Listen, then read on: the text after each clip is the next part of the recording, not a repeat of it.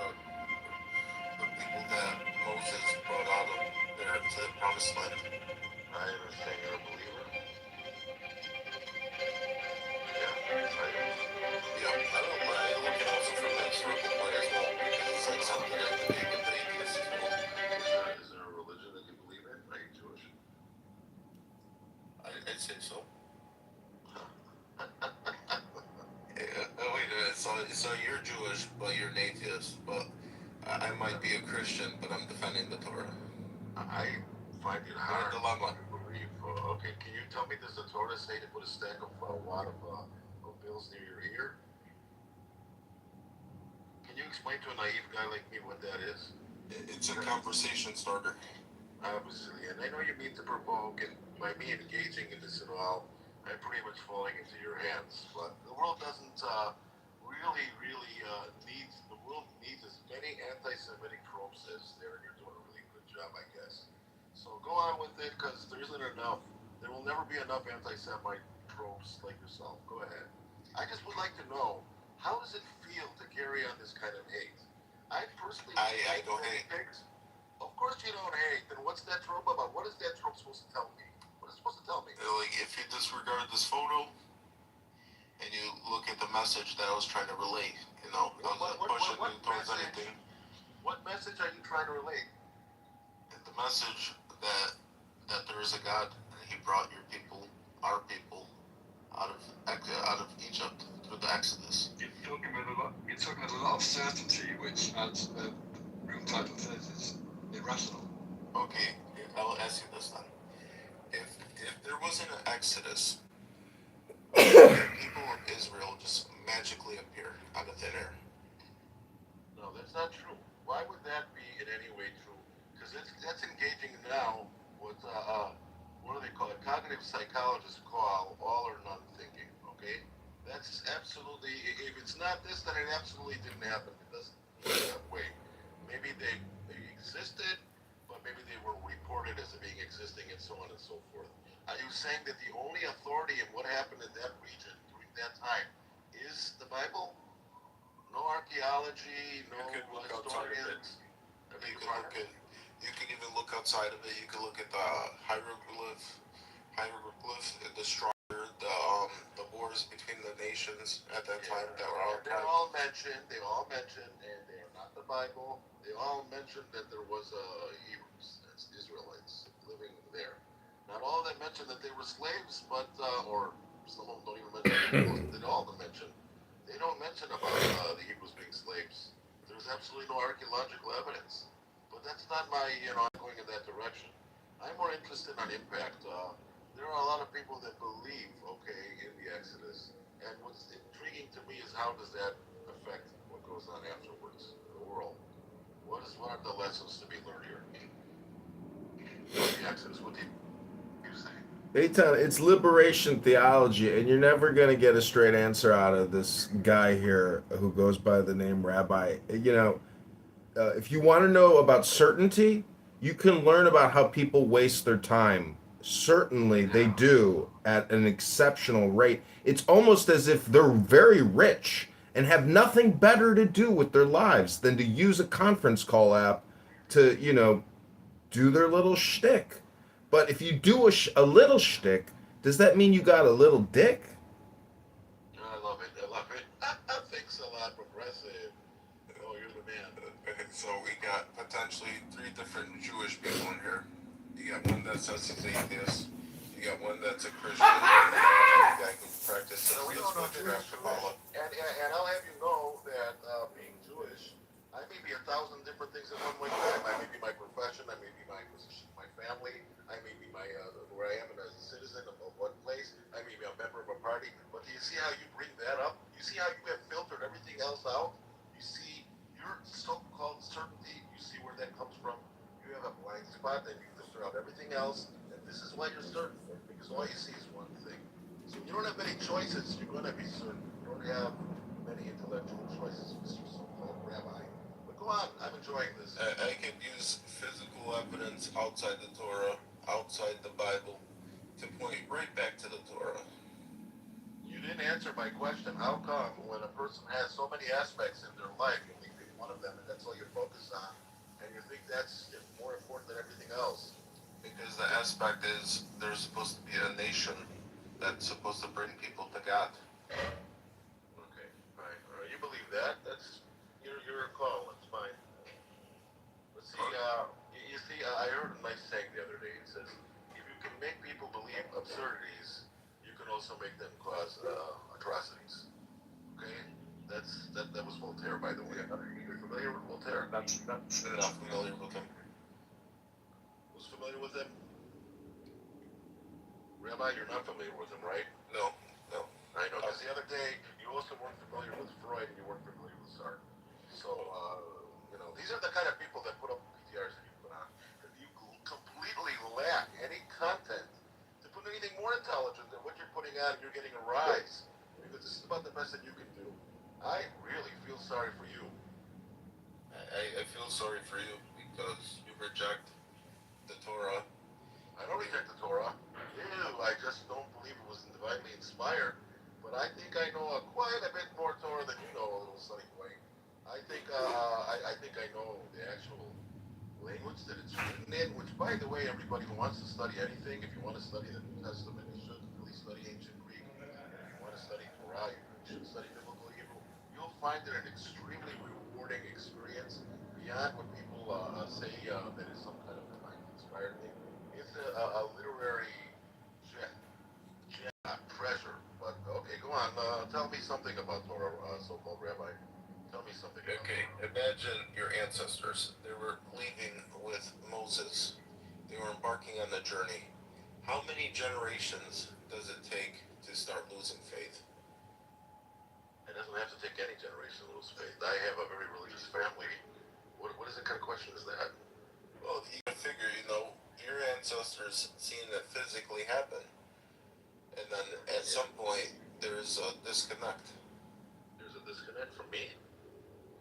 Yes, you say you don't view it the same way. Well, I have to view it exactly the same way. I just can't look at the Ten Commandments and say, wow, do not kill, respect thy parents, and do not covet your neighbor's wife and all this. And I can't say that's great. I can't read Genesis 1:26. You know what Genesis 1:26 says? Torah man? Rabbi? Teacher? Say it. Let us make man in our image. Absolutely. It So I says find that to be a God very proceeds to beautiful make man thing in to his say. image. I am inspired by that. I even have a plaque, and I don't even believe in God, but I like the fact that there was this religion that came out 3,000 some odd years ago, that they understood that all people are created by the same. They all come from this dignified source, and that we should all treat equal other people as if they were from the highest form possible. I love that. That's what I took from it. I took it as the Trinity, and I took it as, I can't hate God's creation, no matter where the person comes from, because at the end of the day, God created them. But I don't have to respect what they stand for if they just stand for something else. All right, so right off the bat, if you believe in a Trinity, and if you have any ounce of integrity, you really should change your name from rabbi to something else, priest or something. That's absolutely no respect that you're showing. And I believe that your Trinity, religion, God, Christianity, teaches you to respect other people and do not do what you don't want done to yourself. And agape, you know what agape is? The greatest form of love. Absolutely, and it's unconditional love. It's the love, selfless love. And I haven't seen you display any of that. I think you're basically very delusional. And I think that's a fine topic for certainty. It's people like the so-called rabbi here, see how certain he is in his beliefs and how far removed he is from any semblance of reality. You are not in reality if you're taking yourself seriously, which I don't think you are. I think you're trolling like half the people do here. But I'm amused, so, I like to hear what you have to say. But there's a spot for love, and there's also a spot where you're supposed to be firm with the love, not Firm necessarily or twist. abusive, do you know the difference? Abusive, if they're taking it to their own hands, it could be abusive. But if you're taking it, You don't think putting a trope, a stash full of dollars with a guy wearing a yarmulke is not abusive? You really don't think that? who's abusing? You don't think that's abusive? Who's abusing? You really don't know who that's abusing? You know why you put that there. You know who you wanted to provoke. I'm in the stock market. I don't really ask when you're in the stock market. You can be hateful in any profession. Why did you put a hateful trope and now you're preaching love? This is why you have certainty, because you are delusional. Okay, what message is Understand it that? professing? You tell me, you're the one who put it there. You tell me why you didn't put a telephone there, or a baby elephant there, or anything else with money. You tell me why, okay, you're representing an ethnic, racial, religious group or whatever, okay, that you said are God's people no less, and you put this obvious trope referring to their money practices and their love of money. No, not exactly, because this guy's actually a rabbi as well. And Who's a rabbi? He's not a rabbi. no, this guy is a rabbi. The photo. He's not a rabbi. So he's listening to the money. Hey, He's in Rabbi. he's a stock trader as well. Hey, Rabbi. So is he listening to the money? Is that the joke? Or, what the fuck? Kind of like he's in touch with it because he has good analysis. Do you really believe that Jews are the only people who Okay, somebody else wanted to talk. I can go back after I cut off somebody here. Go ahead. I already asked the question, is it that I keep listening to them?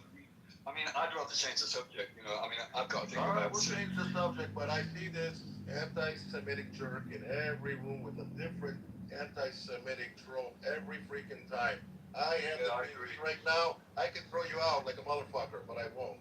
Listen, if you want me to take down this photo, I'll take it down. What? But the last time we had the other photo, I took that down out of respect for you. You're gonna do great. You're gonna remove the symptoms. What about the effing fucking disease, motherfucker? What You're disease? diseased.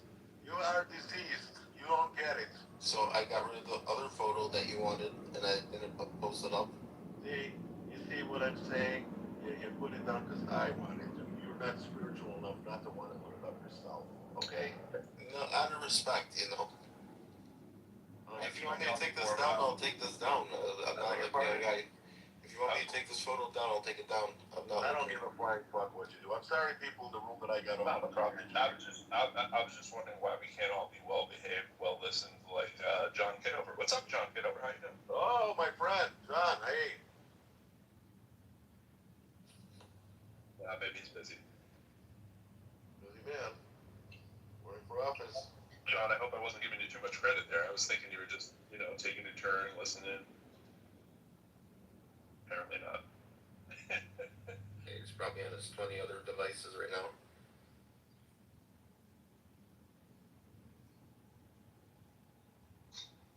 People down there. I see you guys. I could point towards physical evidence that points right to the Torah.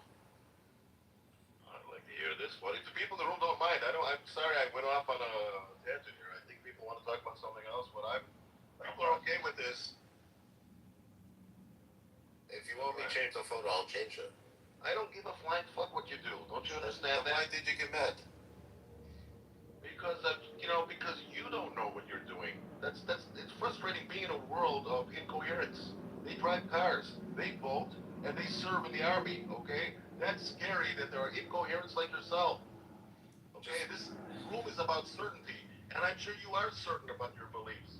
So whatever. It's just our world. What are we gonna do? Okay, go on. Say what you want to say. There's physical facts that points towards a divine creation, divine creator, and it all points back to the Torah every single time. Can I interrupt you? Can I interrupt you for just a second? If you just change the modifier for creator, are you saying that there's room for a creator that's not divine? Then they wouldn't be divine. Right. That's kind of my point. So could there be a creator that is not divine? There could be a creator, but they'll be operating under the authority of the divine creator, or in the reality of the divine creator. So you're saying there can't be creation unless there's divinity somewhere behind the name? Like, for example, we live in a reality that the divine creator created, and we only have I just want to say that you believe that. You're speaking with certainty, but let's assume that we grant you that, right? So that there is a divinity out there behind creation. If that were the case, if there was some, do you have any concept where that divinity came to be divine? Well, it would rely off of creation to exist. It existed before creation, and we exist in the creation. How do you suppose, as a confident person, that came to be the case? Like, what mechanism would make the divine just be divine when it woke up on its first day of breathing? Would make them divine? Yeah. Because they're above creation. What does that mean? They existed before the creation. They exist after the creation. Okay. I guess what I'm asking is how? How do you make sense of that in your head? Easy. If they can exist outside of creation before creation. Wait. The if is what I'm questioning. How do you suppose it is that they could just be divine before anything else is even created? Like, nobody created them. They are the first thing, right? Like, how did it get to be that they also, like, it's pretty incredible to also be the first thing, but to be the first thing and be, as you said, above this all. Like, what is granting that in your certain mind?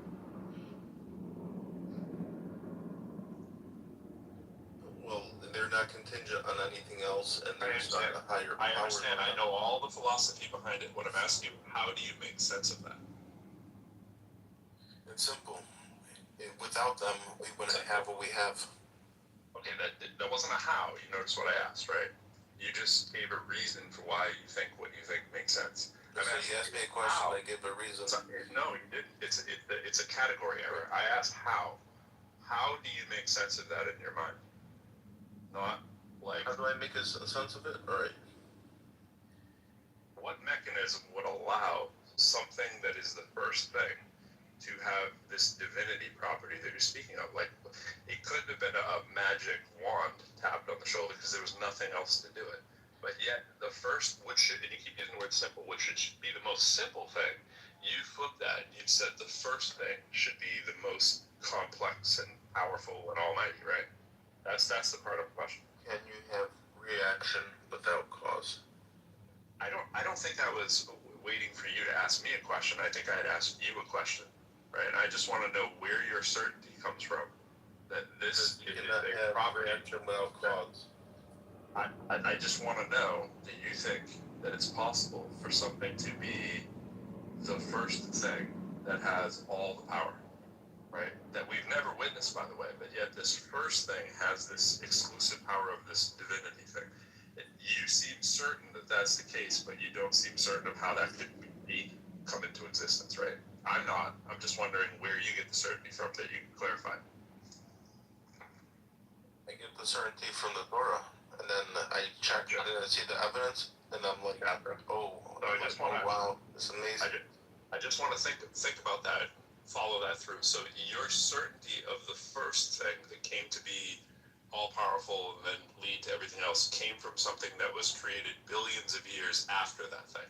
So in the gap between the billions of years that it was for the Torah to come into existence, what would you have said? Like, would you just said there might be a book someday that would explain it? Like, that's weird, right? So we'd have to go off of physical evidence, things happening, Okay. things beyond our understanding, things that are Okay. notable. That's where I'm going to. So it would be beyond your understanding of how something could be the divine before anything else existed, because it's beyond mine too, and that's exactly why I'm not certain in it, and it's why I don't think it's a thing. I hope that makes sense. I can see where you're coming from. No doubt. But it comes down to, regardless of perception, regardless of everything, right, and opinion, there is physical facts that we can't really tap dance around. All belief system, all like ideologies acknowledge certain things happened, and there's no negotiating it that it didn't happen. That's what I'm going off of. Gotcha. What's up, John? You're saying that things, you believe these things because they're in the book. It's like this book, which, as Pro pointed out, was written by men, by people, billions of years after creation. That's very strange. I mean, it could be very strange, but then I believe it because of the crucifixion and resurrection of Jesus Christ of Nazareth. Which you believe because of a book. No, I believe because he died and resurrected, and then the No. people. Well, okay, I guess that you believe that. I guess that you believe that. But surely you must recognize the fact that the only reason you could believe that would be to first know about it. And the only knowing about it comes from a book written by people. And then you have to cross-examine it, check out the historical sources. Otherwise, it's just a book with no evidence. Yeah, and as Pro says, I mean, probably the real thing, and I'll stop here. I'd like to talk with Ben too. Just quickly, Ben, are you in the U.S.? No, I'm on the plane. On the plane, okay. Your internet. Yeah. All right. We've got the internet, which is weird. Yeah, it's like the boat. Anyway, I think Pro's point, that somehow this weirdness, I mean, unless you happen to be, and maybe this should be my last question. Are you a person who believes that dinosaurs existed and rode on a boat with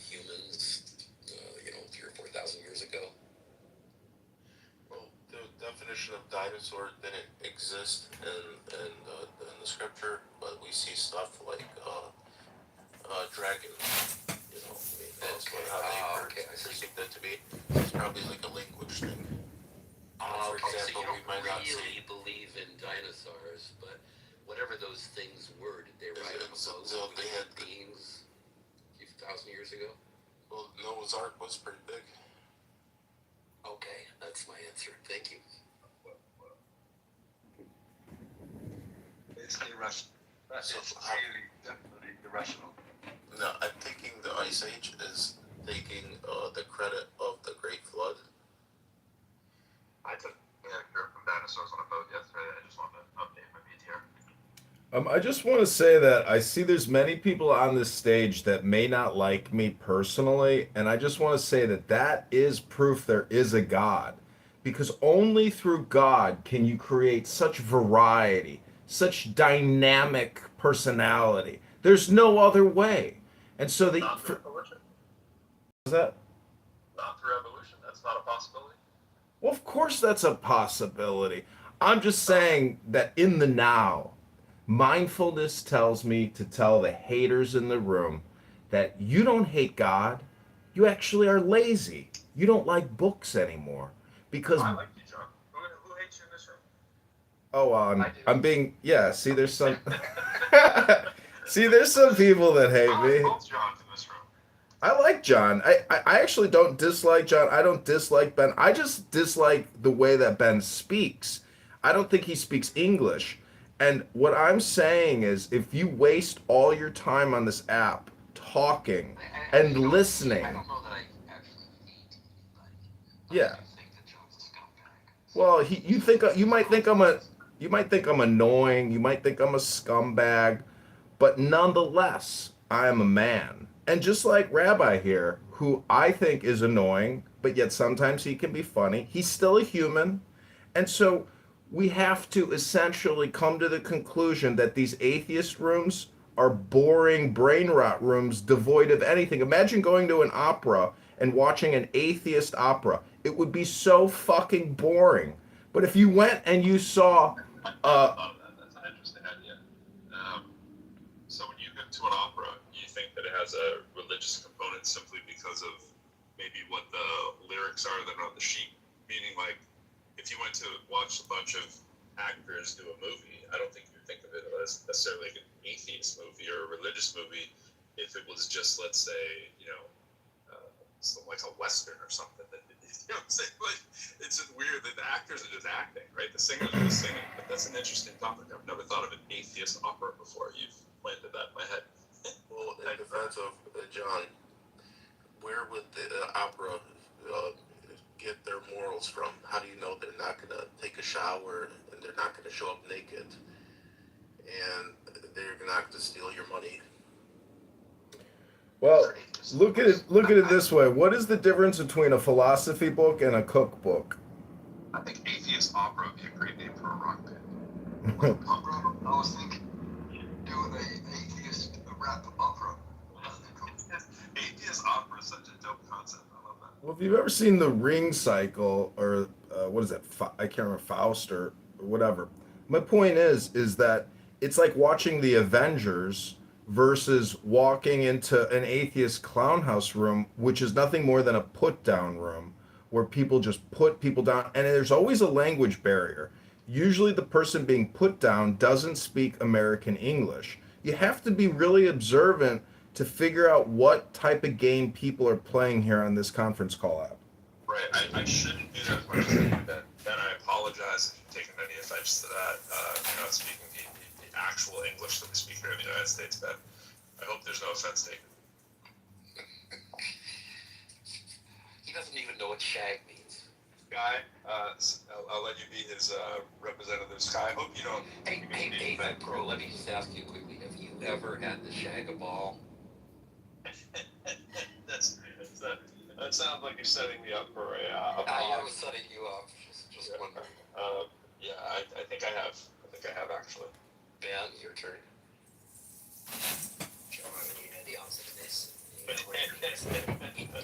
Oh, I know the English connotation on that too. So I was just thinking, like, since we speak the correct King's language over here, I think the answer is yes. I have shagged well. So the interesting thing is this came up. I thought I was speaking men's language. I knew about the other meaning, but I actually thought that the meaning as in shagging balls or whatever, I thought that was kind of British. It turns out they've never heard of it. Well, you might get it confused. Like our mispronunciation of slag as slag, maybe slagging a ball, like maybe bollock wonking slag, like maybe that's what's happening there. I think I've mentioned in this room before, maybe, that 30 years ago I heard some redneck American who hears some people in the street talking Spanish, probably talking Spanish, and he hates them, and he goes, "Oi, speak English. English is good enough for our Boy. He started with a way. That was great. That's right. What I notice is a lot of these atheist rooms, they get together, they think they are talking philosophy, but they're just goon waxing on another level. What's that? You don't want to know, John. Rabbi will tell you. This sounds like They're goon maxing. Otherwise, if they were physically together, they would be freak maxing. Gooning is what Ben would say is planting. Oh. See, it's like walking in. I've had an interesting evolution as an atheist. I was an angry atheist. Now, probably top of the heap, kind of in the wake or in the run up to the Iraq War, where I saw Christians wanting to end the world by blowing up the Middle East and all this kind of stuff. And I gradually realized that it had nothing to do with atheism. It was, I think some people call it, anti-theism. The actual thing that I revile is organized religion, not belief in God. I don't have any trouble with somebody believing in God. I just have a problem when they start saying this religion has nailed all these other things like talking to snakes and resurrections and just things that are just, if somebody makes you believe that, they can make you do anything. I never think of like a topic like this one or anything until John brought up sort of like the atheist opera. Like I never think of like an opera as atheist or not. I never think of things like certainty is irrational as atheist or not. I get why you think that, because it could lead right to like certainty in God. That's where people's mind goes. I know, but and that's valid too, because that's a ridiculous certainty as well. But I never think of the topics when they're not explicitly about religion as being religion-based topics. No, I don't. I I only brought up the opera to like try to frame entertainment and content, meaning that children or adults want entertainment. That's why I say going to an opera where you have these Olympian gods singing with staffs is like going to the Avengers movie, and that's going to get a 10 out of 10 versus the 0 out of 10 for these atheist rooms with Steve Appel and JCC putting people down. So you're saying atheist rooms are boring? Yes, extremely boring. But what I think that they think that they're doing is that the negation of God is like a Zen thing where it brings them into like a harmony, kind of like frequency state of mind, where they have a little bit of peace in their security bubble. And so what we're really doing is observing human behavior and the games we play with each other through language. So, John, are you a Christian? That's not a bad take, John. Well, it doesn't matter if I'm a flying pizza spaghetti monster, as Dawkins puts it. I like books, and I like information, and I like knowledge. And unfortunately, the atheists here who complain about the philosophy bros are the laziest fucking people you will ever meet. They don't read anything. Just over the past few days, I've read multiple books, and I've thoroughly enjoyed the experience. Oh, sorry. John, what are you? I mean, you don't like organized religion. Oh, we got Steve Apple here from this famous Steve Apple show. I was gonna We got the famous Steve Apple show. I came up with a different thing. You know how we have all these simps on this app? I like it when I go to these different rooms, they'll get together, and you call it a symphony. I got it. I got your platform now, Rabbi. I just needed you to say simp so that I could put it in the position where it is now. Okay. I was trying to say, I can Nope, it's not the opera, it's a symphony. We got you. Hey, what's up, Steve Apple? What's going on? Hey, had a couple of great shows on the weekend. Rabbi was there. He contributed to the show being even better. Rabbi, thanks for coming on the show. Thank you for having me. Oh, was it this Rabbi? I Yes. wasn't there, but Yeah, that's okay. That's okay. The answer is yes. Hey, this is crazy. I just saw a guy come in the room with a name that just reminded me of. So I have a student. His name is Brian. Right? I go out of my house now. I teach 7 miles away from my house, 6 miles away. Right? I go out of my house with my son. I was just talking about my class, and I was just correcting some stuff. And as I walk outside, this dude goes, "Hey, I know you." And he was like the delivery driver, and it's my student in my class. Pulled it into my random little townhouse place. He was delivering DoorDash. I was thinking the probability of that is pretty slim. Nowhere near the Messi probability with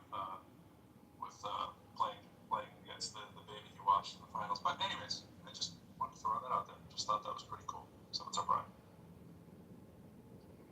See, I just want to say that. Cool, but it doesn't seem that. It's not great. That unlikely. See, I saw some reports that were trying to say it's 1 in 58 billion right, of the probability that Messi would be in the game, the final game. I was like, it seems like a stretch. I would like to look at that.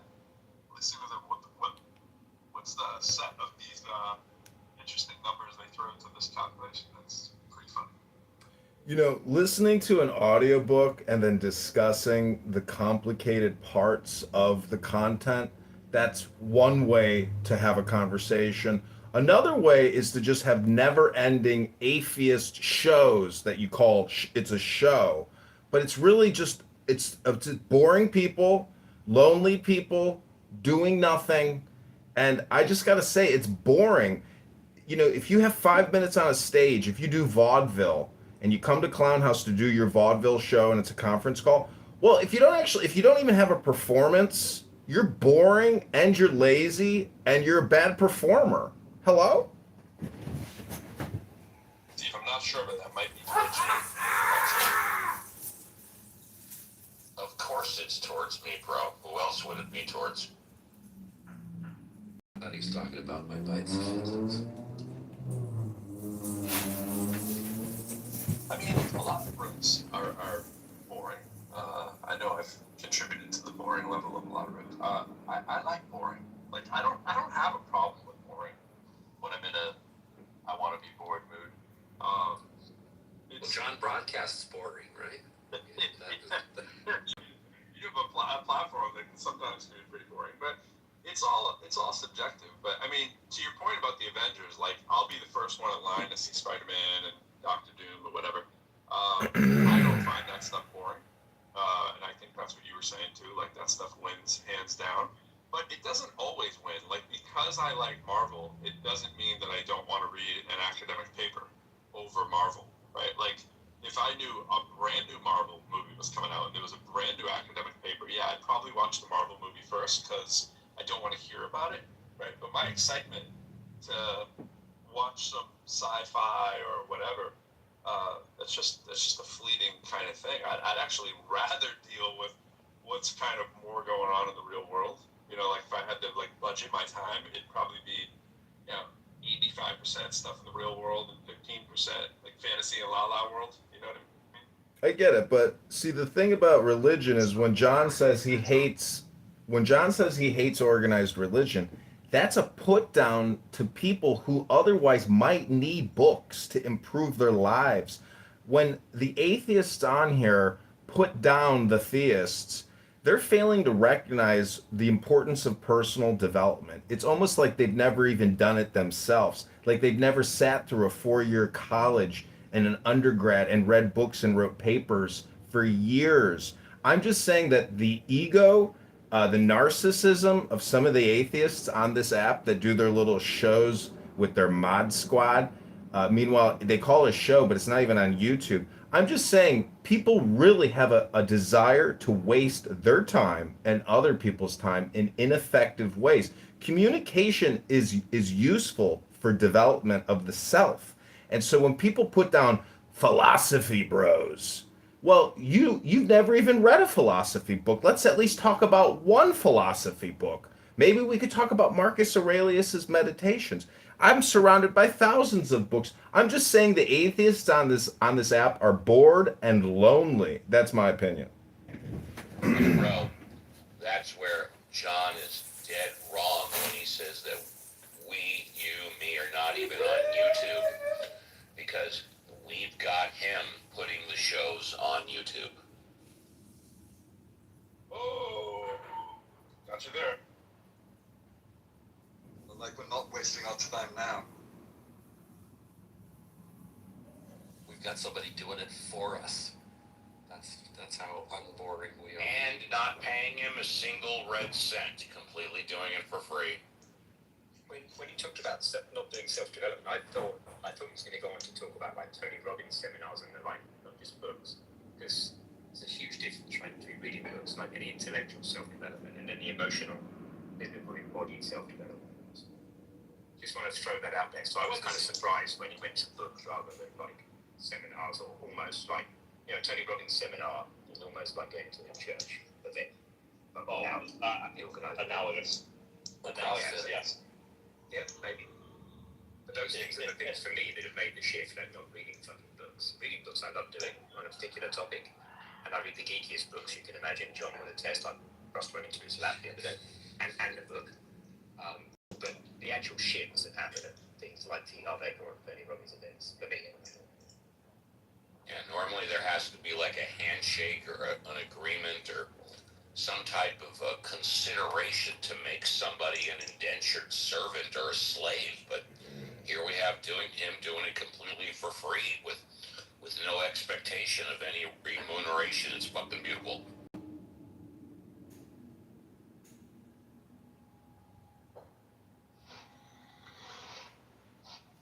I'm still slightly aghast that I'm able to speak to you this clearly while flying at 46 miles an hour over the ground. You know, Ben, Maybe Atlantic.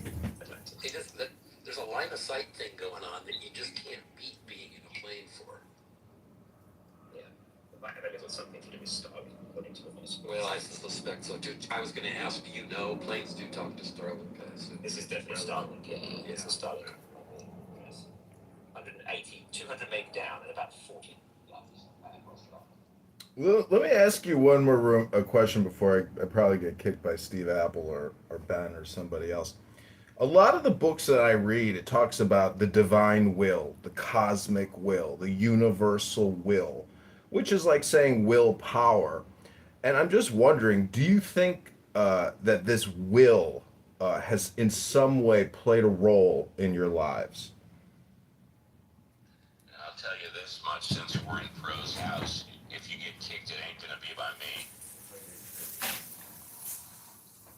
I don't think I understood the question.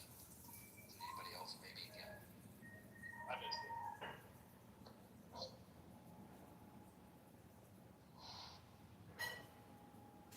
I think it's about that will. I think it's about that will I am doing in his power cell, maybe.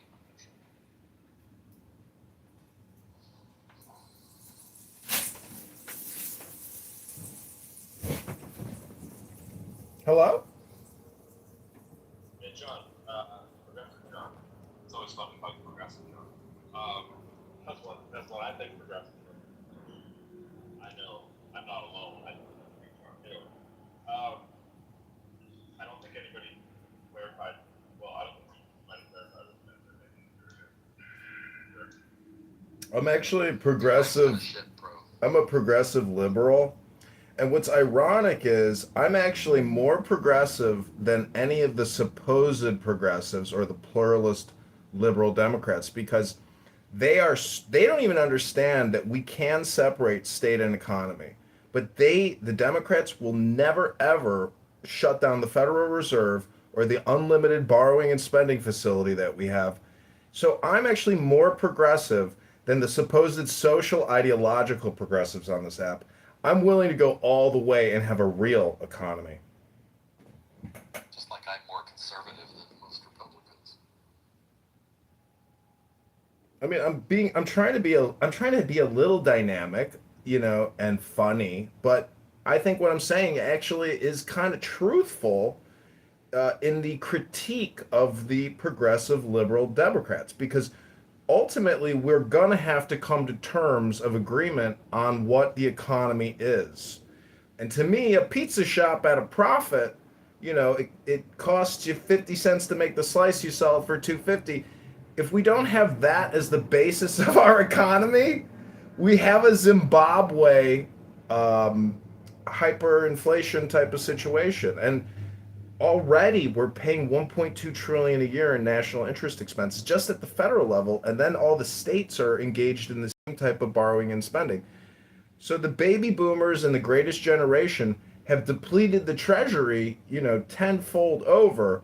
I'm just saying that if you want to be truly progressive, you have to have an honest and transparent and accurate critique of the economy. That's so funny that you focus on that, because that's exactly why I say I'm more conservative than most Republicans.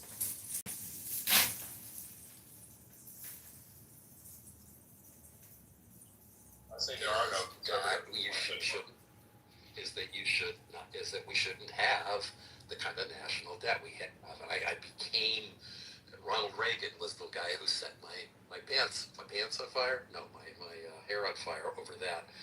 And it's only been worse since. I don't know, John. I mean, I say this all the time. I don't know if you're aware of the fact that every single Republican administration over the last half century, the annual deficit has been more than the one inherited by that president. While It's hard to pay off the national debt when you ship all the jobs to China. Hold on. While every single year of every single Democratic administration, the deficit has been less than the one that was inherited. If we had had that kind of, and we did, if we just stopped with Clinton, right? If we had just had that kind of thing for 50 years, we'd have a surplus of God knows how many trillions of dollars. Of course, you wouldn't do that because you'd spend that money elsewhere. It's a good idea to run a 2 or 3% deficit. That's what we did after World War II. Ronald Reagan opened the floodgates, and we are where we are exclusively because of the Republican Party. Bro, did you say there are conservative Republican? Is that what you said? No, I said exactly the same thing that John just said yesterday in a room multiple times. And my point was that there are no conservative policies anymore. They've been hijacked, or they've actually been encompassed by a lot of progressive policies, ironically. Anything that would have served to be something outside of, let's say, religion, that is a conservative talking point, is like gone at a poof. I suppose the closest thing you can say is try to lower taxes. But I don't think progressives are against lowering taxes for some people and in some situations, right? It's just trying to raise them for people that never paid them, right? Yeah, and my hero is Jerry Brown, because he came into California. He said, here's a bunch of stuff I want to do, but we're only going to do it if you vote to raise taxes to pay for it. Well, see, that's the problem. I don't know why he's a hero to you. That's big government, big spending. There are conservative principles in action today. You're witnessing them. The forcible removal of illegal alien residents that are breaking our laws. That's very conservative and very heart-wrenching and hard to watch. And I don't personally like seeing a father of 3 who's busting his ass be forcibly detained, removed, or even killed. So, I've seen a new HR bill that was being floated, and it's about amnesty. I've often thought that blanket amnesty, Send the link. as well, it's on X. I can get you the link. It's also, securing the border and starting over and saying, okay, you're here. Well, guess what? You can have citizenship, but you're going to have to pay for it, and you're going to have to prove your loyalty, some type of litmus test, because this forcible removal is it's tearing the country apart emotionally, uh, ethically, moralistically. It's a very difficult thing to do. But also on the flip side of that, when people criticize law enforcement to a very high degree and even call for death threats, now we got a problem, because I'm gonna side with the law enforcement, because that's a very difficult job to do, physically demanding. Your life is at risk. So to poo-poo a law enforcement officer doing a very difficult and dangerous job on behalf of our government, on behalf of his own duty and his own work. It's easy not to kill people though, especially ones that aren't armed or posing a threat, even if they are armed. I don't think that's the difficult part of the job. But I do agree with you. I think the difference is a conservative policy is not saying you're going to tighten the borders. That is a modern phenomenon. Everybody, if you go back to, let's say, the framers of the Constitution, whatever you want to do, they all recognize, I mean, we built the country on immigration, right? It's just that it's been hijacked by xenophobia.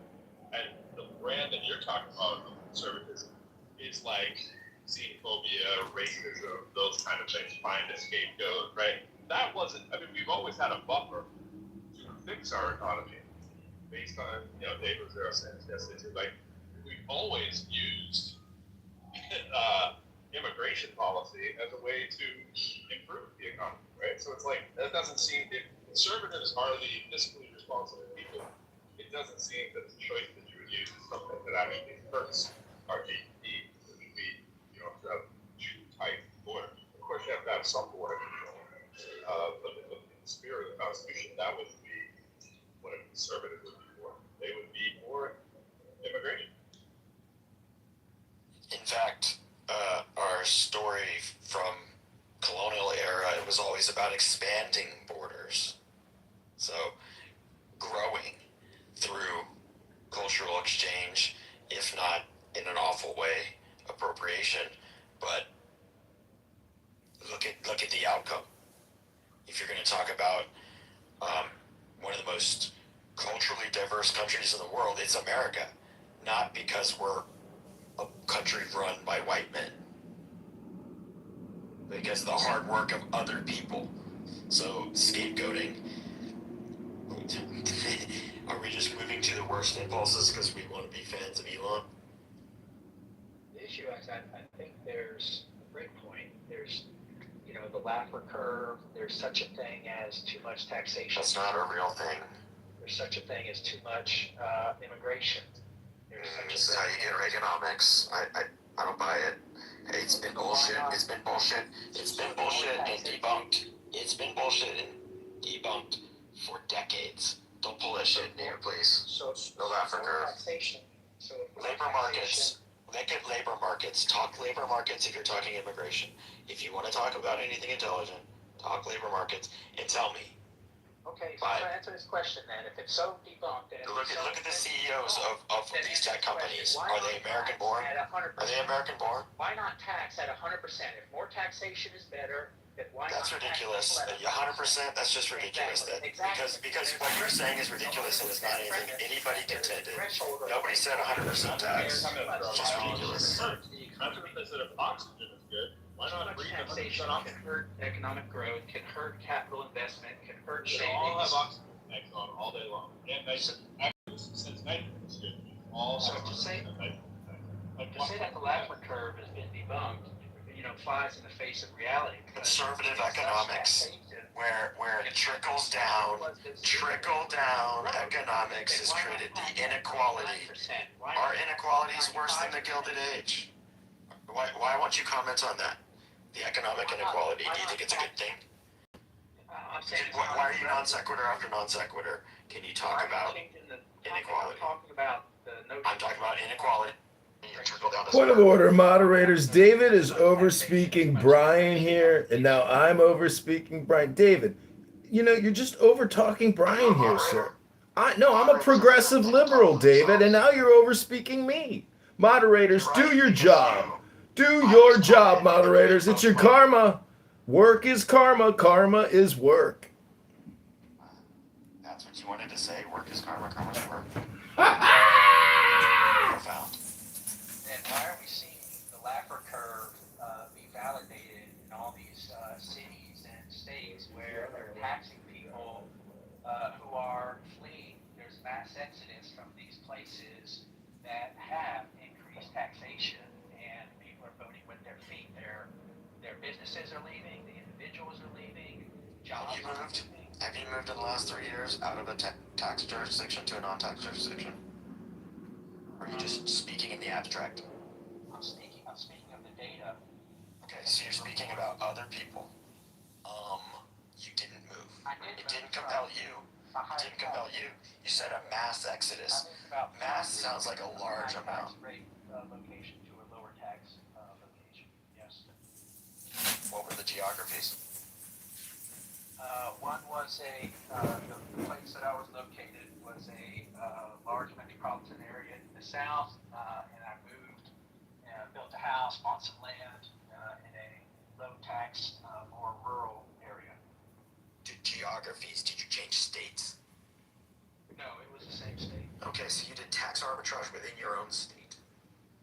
But the point For your own purposes. holds that people are fleeing these high tax locations. People. Just say you are. Just put your projection out there and label it your own. Thanks. Well, I did as well, but I'm saying there are I numerous heard. reports. I heard of your other projection. people Good as well. job. Are you denying that it's happening? See, tax strategy is a certainty, and it's not irrational. If you lived in New York or California and you fled to Miami and you built $1 billion tower like Ken Griffin, well, that's a certainty, not an uncertainty. Let's talk about the illiquidity because of Tax Strategies from Tax Strategy Advisors LLC is here to help you achieve ultimate premium tax strategic solutions. Are you sick of paying taxes? Well, we've got a package for you. It's $39,995 a month, and we can help you completely eliminate taxes. It's affordability. Because certainty is irrational. Change my mind. Why would I want to pay more taxes? Yeah, pretty well known. Save money, do Pretty well known.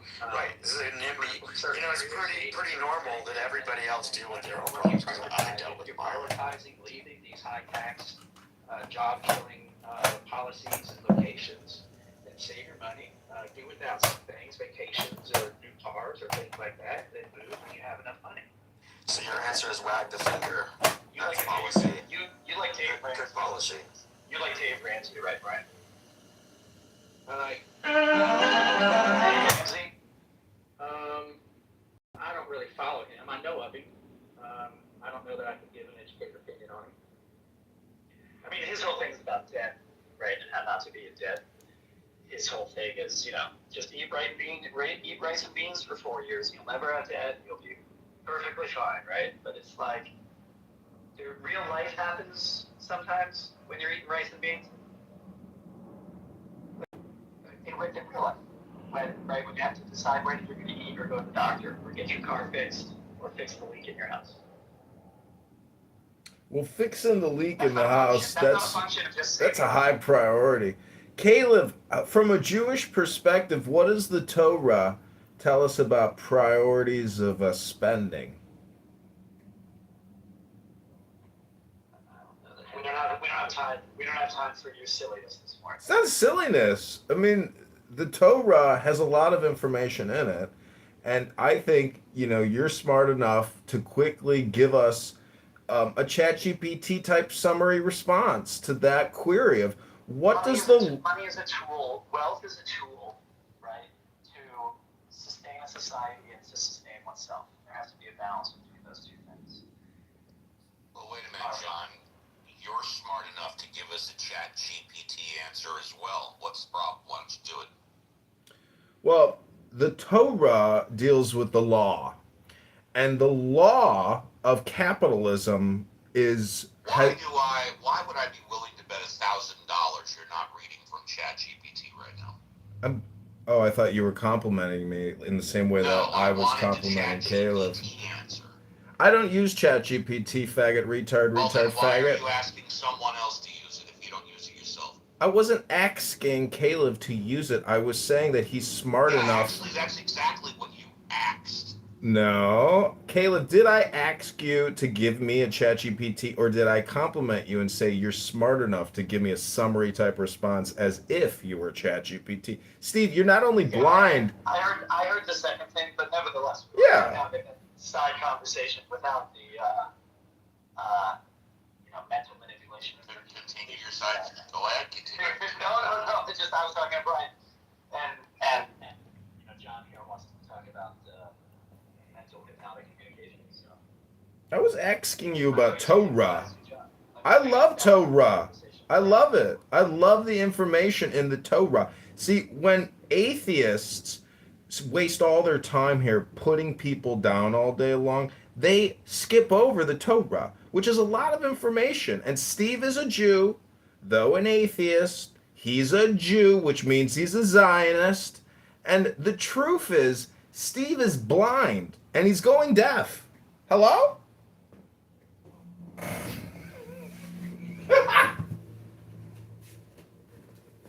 I thought we were headed towards talking about inequality and taxation.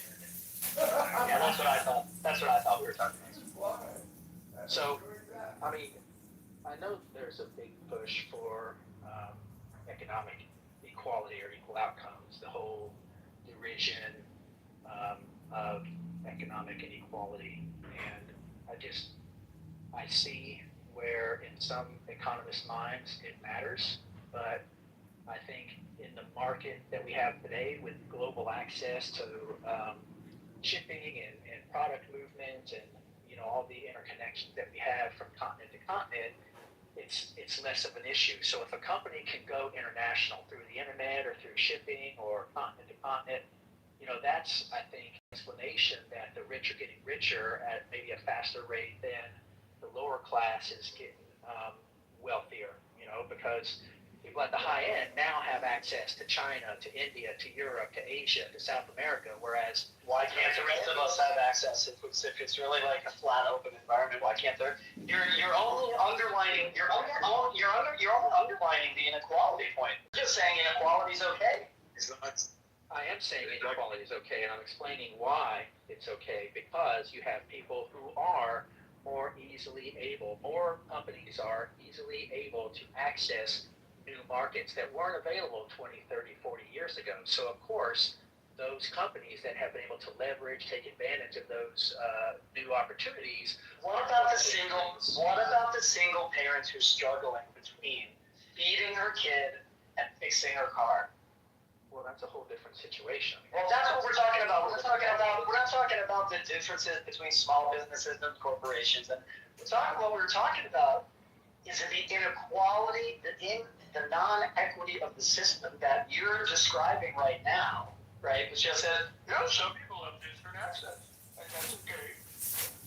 Actually, it's better for all of us because we all benefit. I don't benefit from it. See, aren't You benefit from Amazon, you benefit from Tesla, you benefit from Apple. But these companies that are increasing their access to markets, they're able to do more research and development, they're able to do more product development, they're able to include more features. That doesn't impact whether, excuse me, Brian, excuse me.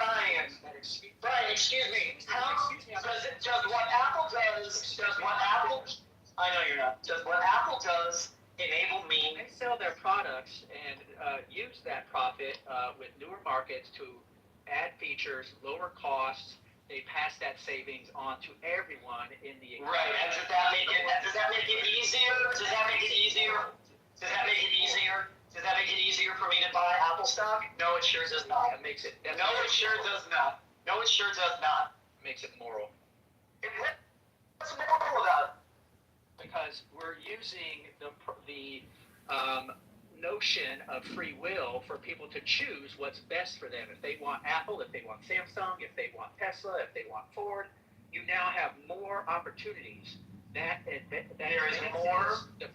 is everyone who operates. The moral landscape of the economic sphere is not only in regard to the success of the individual.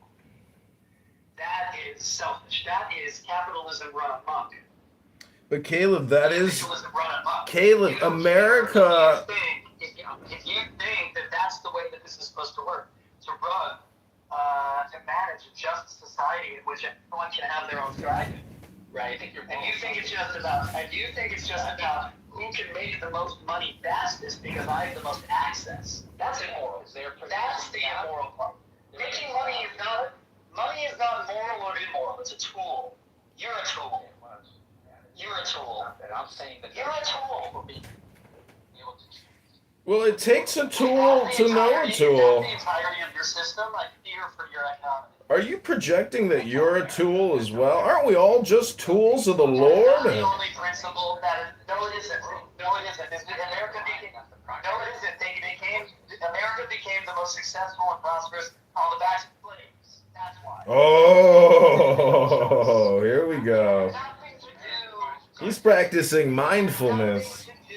Nothing to do with individual choice and this whole prosperity gospel nonsense. What percentage? Guys, we're going to need one mic at a time, otherwise no.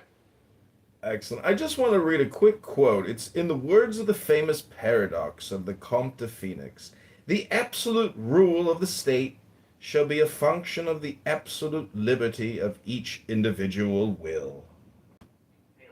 Caleb, what percentage of Americans owned slaves in 1860 before the start of the Civil War? What percentage? If slaves were so prominent, Can we ask the question another way, instead of the way that David argument? Like, we know that slavery was concentrated for what slave owners. That's like saying, if cell phones are so popular, how come there's only like 4 fucking companies that make cell phones? Bro, it's a stupid argument. Then how can he say that slavery is the backbone Because, bro, source of our iPhone makes a economic million growth different when kinds only of like phones, 2% bro. That's of the Americans metaphor. own slaves? That's the metaphor, bro. Only about 2% of Americans own slaves. It's not a valid statistic. It doesn't. Well, it's not a valid claim. No, it's not a valid point that you're making because It's just not a a valid handful claim. of people own all the slavery slaves, bro. is the reason for our success. No, If it that is was the the reason for our reason. success. Yes, bro. It doesn't. You don't need a bunch of people owning it. Do you think right now there's a bunch of companies that are walking into the freaking, cell phone development space? Slavery? No, it's Samsung and fucking iPhones. Grow up. I can defeat that in one sentence. If slavery was the source of success for a country's economic growth, then why did we have thousands of years around the world of slavery, but only in America during the Industrial Revolution, and subsequently did we rise to economic top tier? If slavery is so prevalent around the world, then It's amazing how you shifted the argument to one that I wasn't making. It's amazing that you shifted the argument to one I wasn't making. My point is that slavery was popular. Bro, if you keep talking over me, you're going to get fucking thrown out the room. So shut the fuck up, you bitch. Listen, I said something very simple. And you've been talking over everybody. You have the fucking balls to tell someone to stop interrupting. Shut the fuck up, little penis. Now listen, if you want to stay in the fucking room, talk like an adult so we don't have to fucking talk to you like a child. The point is that when people run a company or a business or an industry, they don't want to let in other competitors. And when they have sufficient ability to do so, they will block them. That is not an argument for why it's not prosperous for the people to do it, because there isn't a billion people owning slaves. The people who were owning slaves were running the fucking show, and everybody else was a peon. That's why. If slavery was the source of America's success, then other countries who had slaves would have also been successful. That's a specious argument. That's a very specious argument. There's a lot more information we need. It's also abandoning the argument we made. We were talking about other countries. Yeah, and other countries didn't have a whole sort of empty continent, so-called empty continent to expand into. I mean, it's a completely different situation.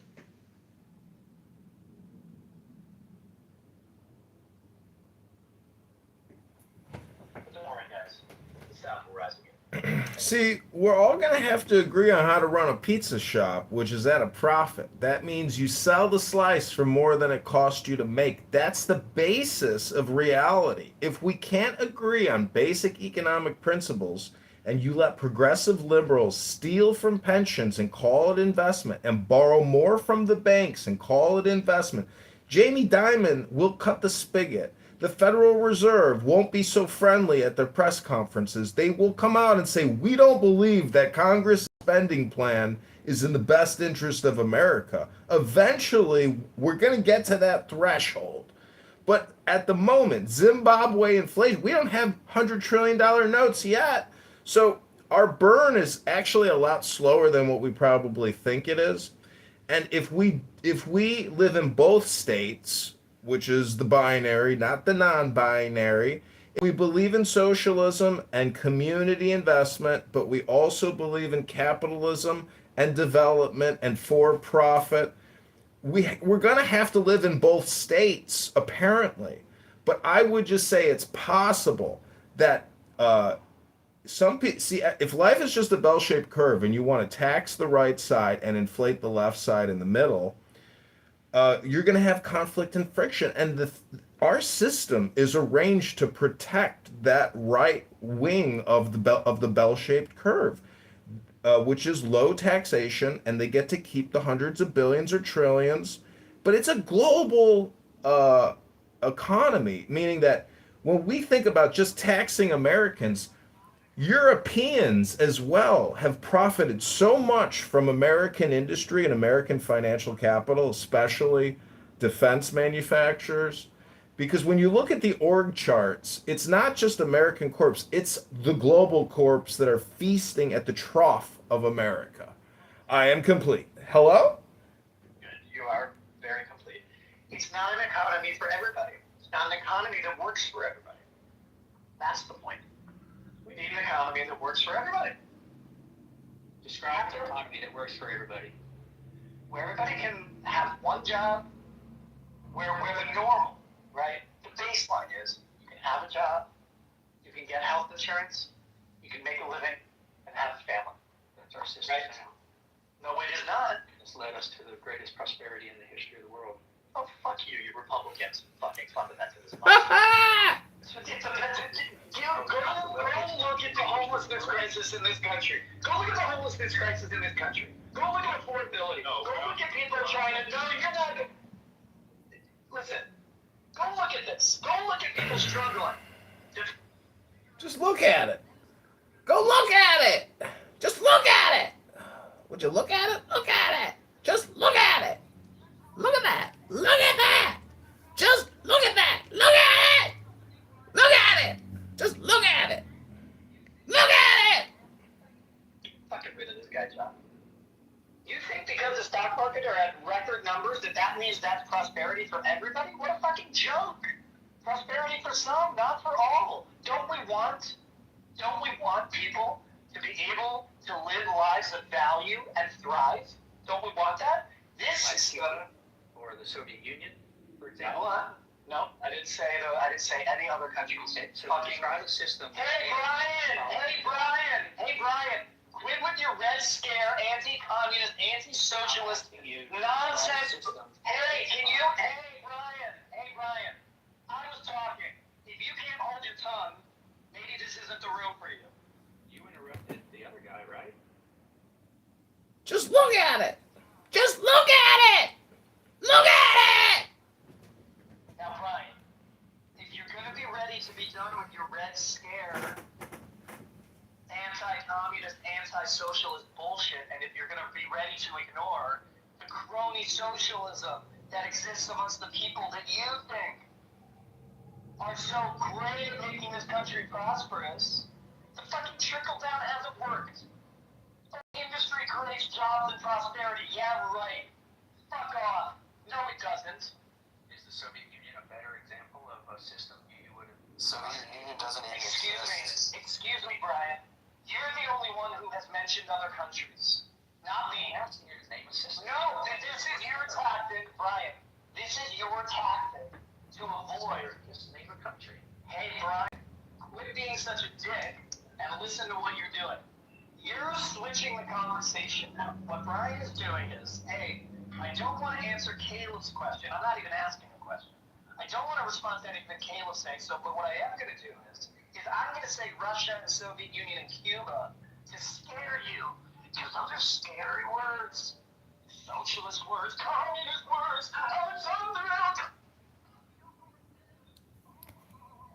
See, this is real vaudeville, Steve. See the variety show that Pro is able to put together, Steve. Take note on production value and the guests, Steve. You're gonna have to get guys like Caleb who are a little more theatrical, can provide better content for your show, Uncle Steve. Hello? It happened in these socialist countries. Did that not happen in your world? When did I say socialism was better? Well, name a country. Name a country that's better than America.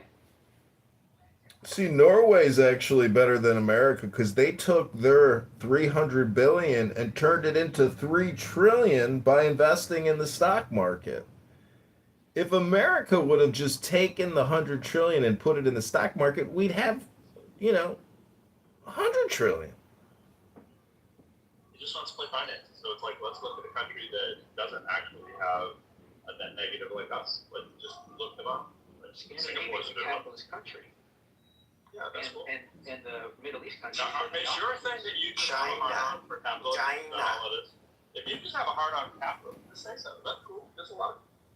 I love laissez-faire capitalism. I would love to go open a pizza restaurant with absolutely no intervention by the state. I don't want the state knocking on my pizza store saying, "Hey, come in. We got to check for cockroaches and rat droppings." No, stay out. I don't want you looking at my kitchen. Leave me alone. And I don't want to fill out all that paperwork every year. And when I go to the airport, I don't want to have my shoes taken off and my bags x-rayed and my balls touched and my fingers swabbed and my facial recognition ID photograph. I'm good. I'm good, guys. Hello? It just kind of depends on who you want. Like, I heard somebody saying, yeah, I actually think it was Neil deGrasse Tyson the other day. He's talking about this area where people live. I don't even think my mic works. Deer getting in the middle of the road and people were dying, big accidents, insurance premiums, all that kind of stuff.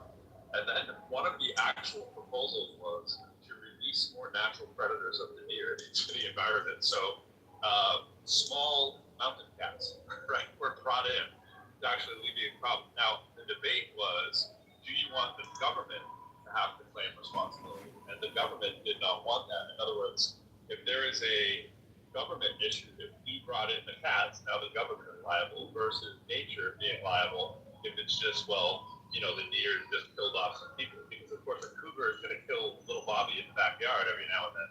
And so it just depends where you want your death. But when they did the math, there was less death when you brought in the predator cat. Like, in other words, an acceptable amount of babies would die, right?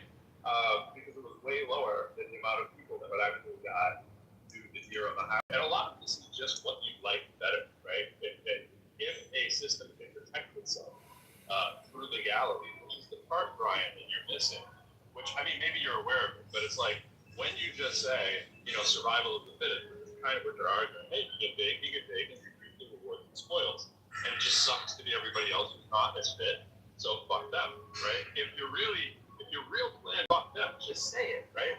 But most of us are a little bit more humane. Okay, that's cool, but you've been leaning in towards that, right? And that's why we've been saying you sound like a dick. You're just doing this absolutist kind of thing. See, Brian, don't worry. I'm not with Pro here. He's doing his put down thing on you, Brian. And, you know, I think you've been over talked. You have a very nice, subtle voice, and you've said nothing controversial. And I don't know why people are so gaslit by you, Brian. I feel bad that so many people are triggered by, you know, your very soft, subtle, and intelligent words. And, Brian, I'm not with these people. They can speak for themselves. And God bless you, Brian. And I hope today is the best day of your life. Don't let these put down people make you feel like you're below them. You know, don't put them on a pedestal ever. They don't deserve your respect, Brian. And I'm glad you're here to show them all in the mirror of reflection that their projection is that they themselves are very angry and hyper performative and dramatic people. I want to help you out progressively. Just, you know, I want to take a moment to set the room towards you. It's progressive feels a certain way. Yeah, maybe it's going to say the change of name to progressive, which goes against its inner value system. But I think that's fine. I think that's fair. I think it's fair to say that, you know, if we've been too hard on someone that you align with, take a moment to reflect with yourself why that may have been. Like, do you actually think the people in the room are just irrational, you know, just like to stream on people for no reason. Yeah, yeah, I do. Maybe there's some fault on both sides, bro. Maybe we're both at fault, right? Maybe because we're too assuming. Maybe we haven't given Brian space. But my point is, Brian, we haven't given you a space because once you started talking, you didn't allow an air to come up and you just were rattling on like a lot of people do without propaganda to do. So if that's not the case, why don't you share?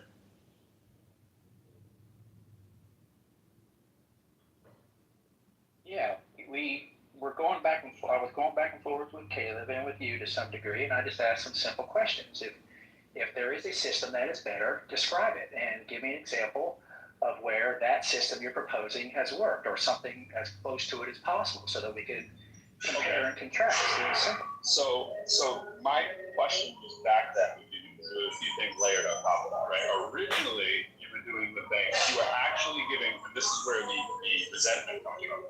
You sounded like you were giving cover for slave owners. That's how it comes across, right? Well, you weren't acknowledging Kayla's point that we were built on the back of slavery. Now, that is a question for you just to say yes or no, or maybe it's some shade of gray. Do you not think we were built on the back of slavery? I do not. Okay. And why do you not think that we were built on the back of slavery? Okay, good. That's a nice discussion. Why do you think we weren't built on the back of slavery? Because the more industrious, prosperous portions of our economy were in the north. The south was predominantly, that's right. The location for a lot of the plantations for slavery. Those right. were limited to labor industries like cotton or that's also correct. Farming, right? So right. If slavery was the linchpin, the foundation, right, for our prosperity, then it seems that other countries that also I'm not sure why you're leaving go to other countries. Yeah, why are you going to other countries? By the way, the point about the United States. Because the North still had plenty of slaves during that same period. New Jersey was one of the last states to free its slaves in 1870, 1871. So don't give me this nonsense revisionist history of the North was free and was emancipationist while the South wasn't. That is bullshit. Let me make my claim, and then you can refute it. All right. Yeah, keep it in America. Okay.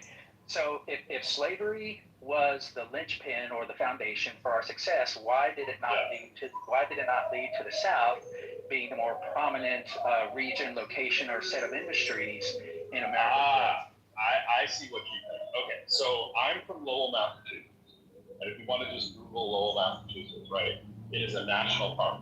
It's a national park because the obscene profits that Lowell, Massachusetts made of the textile industry off the back of hydroelectric power, which we learned from Francis Coward Lowell, who went in and basically memorized how the mills were working in anything, right? So he stole that technology, came here and said, because we have this profitable industry of slavery, picking cotton and manufacturing textiles, we will become the dominant player, which is what we did. It was the engine of how slavery was. So even I criticize sometimes Lowell because they get all up in their feelings about how wonderful they were, but they directly benefited from slavery. And you can do the sort of illusionist act that you might be doing. You might not be aware, but that's where the profit comes from, bro, in the Northeast. It was places running off textile mills as the large economic expansion that made use of the cotton. So yes, if you're saying that the peons in the system were just, somebody who had a garden variety amount of 10 slaves down south, or somebody that owned a couple farms. Yeah, I agree. Compared to the wealthy owners of industry in the Northeast, where there was also their women pregnant. And they're not as with, but aside from that, yeah, but the Africans will come in and have 8 kids with these Chinese women. Which all right. The Chinese men are so cut that they won't. Aside from that, it's like the Japanese and Koreans. Azra, some people say you can't learn anything on this app, but Azra, Definish this as a unique perspective. Azra is spitting facts. Who's talking in the background? Azra is spitting facts. So people don't understand.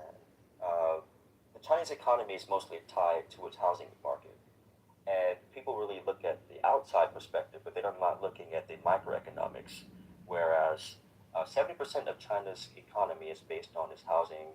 And have you ever heard of Evergrande? Evergrande is a corporation that has been around since the 90s, and their entire game is based on you buy a house before it's built. So basically, on paper, you would say, okay, I'm going to buy this apartment building. It's going to be completed by. That's called an investment, D. Then the building falls over. Right. So let me land. So I'm going to get to the point because you can look it up. I'm going.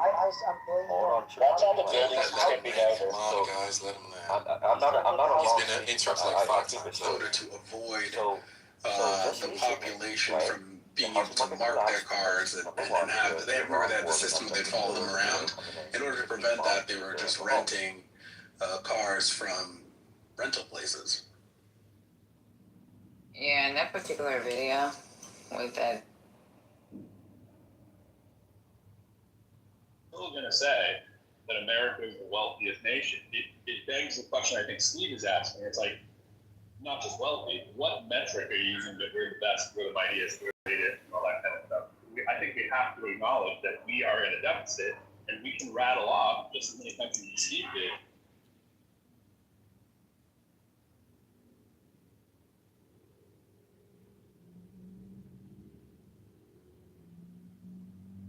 And Hamas was this building playgrounds and schools thing, and where it was funded. But then they figured out that no, they really were not that. They had ulterior motives, and then it became real motives. Gore. I have a feeling. Damn, one of them got me blocked, Dennis. Brilliant and liberal, and very, very. Haviv Gore. I don't. Oh, you must listen to him. If you guys don't, you have to start immediately. He is.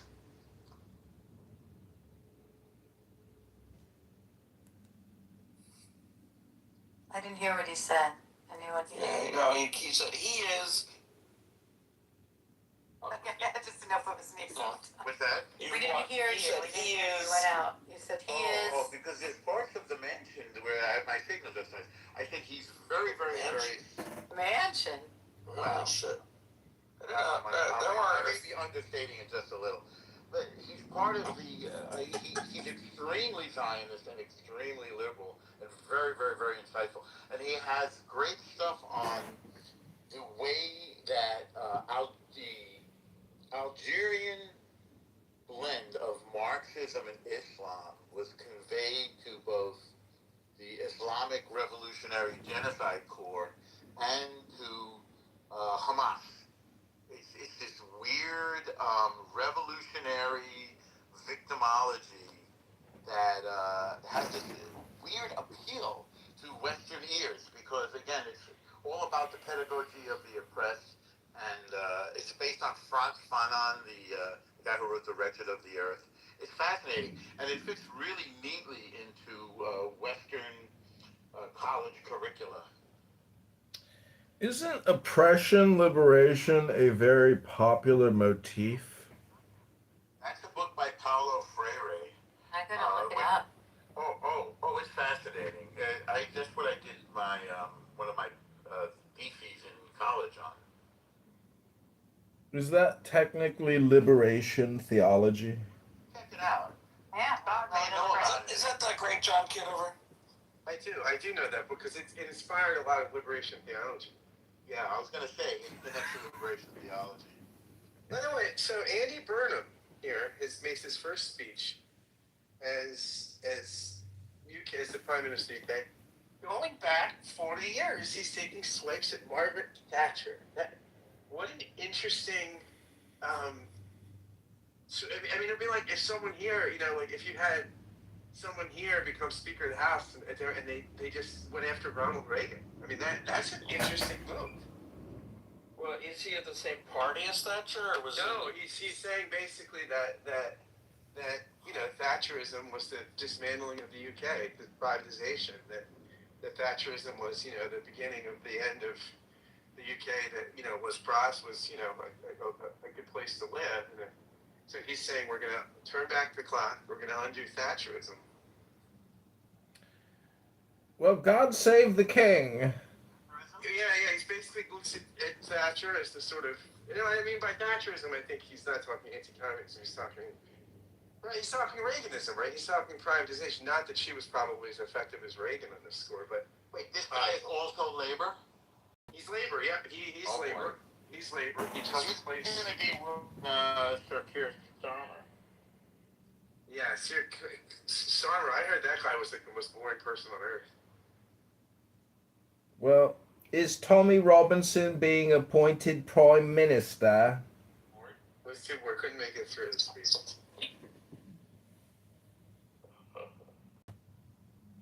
How you doing? That is the great Boker question. Tov, Gracie.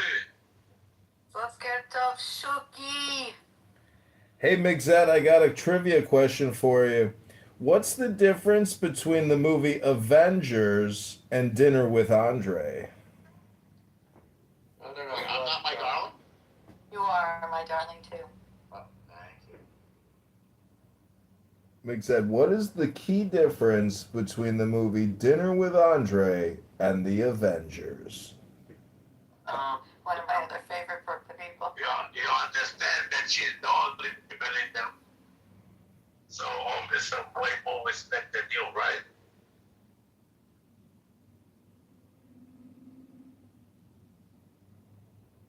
What are you saying? He's saying that he's sitting in a truck, making a load, depositing some inventory.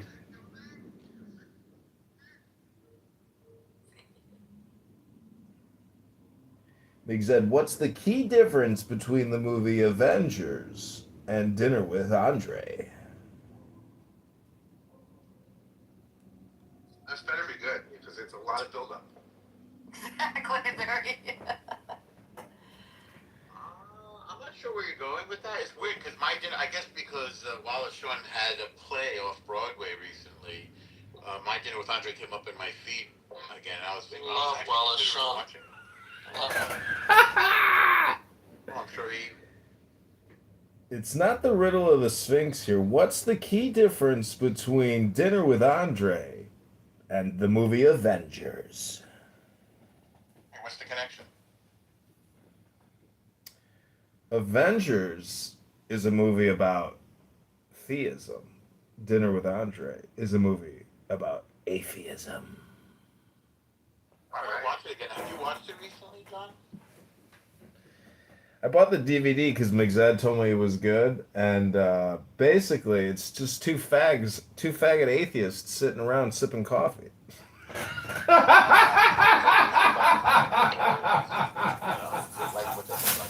was supposed to be a fascinating conversation with a very interesting and important theater director, Andre Gregory, and Wallace Shawn, who you may know was the son of the great editor of the New Yorker. I think was, I don't know, he was known as Mr. Shawn. I think if it was William Shawn or something. Jewish guy, by the way.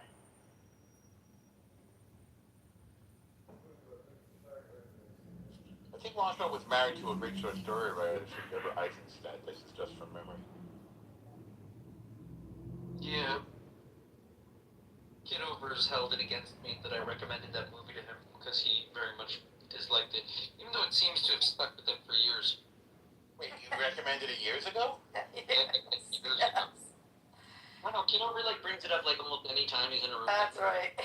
You didn't go see the new play by him, did you? I recommended a movie and giving me My Dinner with Andre. How could you do that to me? It's very personal for him. Well, it's an unusual recommendation. It's only for certain people. It's almost like an anti-movie. And I thought Kitover might appreciate it. Instead, he took it very personally. I guess he doesn't like being bored. Might be an adventure. Huh? No, I'm only bringing it up because it is a movie about two faggot atheists wasting all their time talking about nothing. It's like a podcast about nothing. It's the dumbest, stupidest, most boring, and that's why I compared it to Avengers.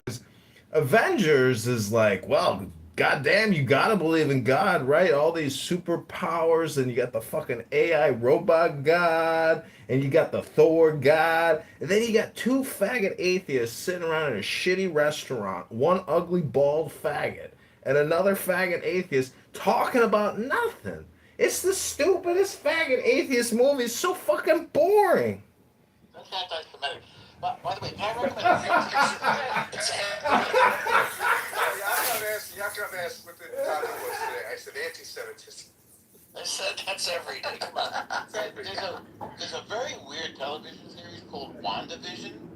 Yeah, I haven't watched it yet. I heard it was good though. It's very good. It's a spin-off from the Avengers. There were a few spin-offs I thought were pretty good. Also, is it Hawkeye? No, it's the Avenger who shoots arrows, played by Jeremy Renner. Right. And it's That's all. That one's kind of fun. That's Hawkeye. That's Hawkeye. I mean, the comic books went on to lead the West Coast Avengers. That was one of my favorite comic books as a kid. The West Coast Avengers. Hawkeye took Iron Man and Wonder Man, and they moved to LA.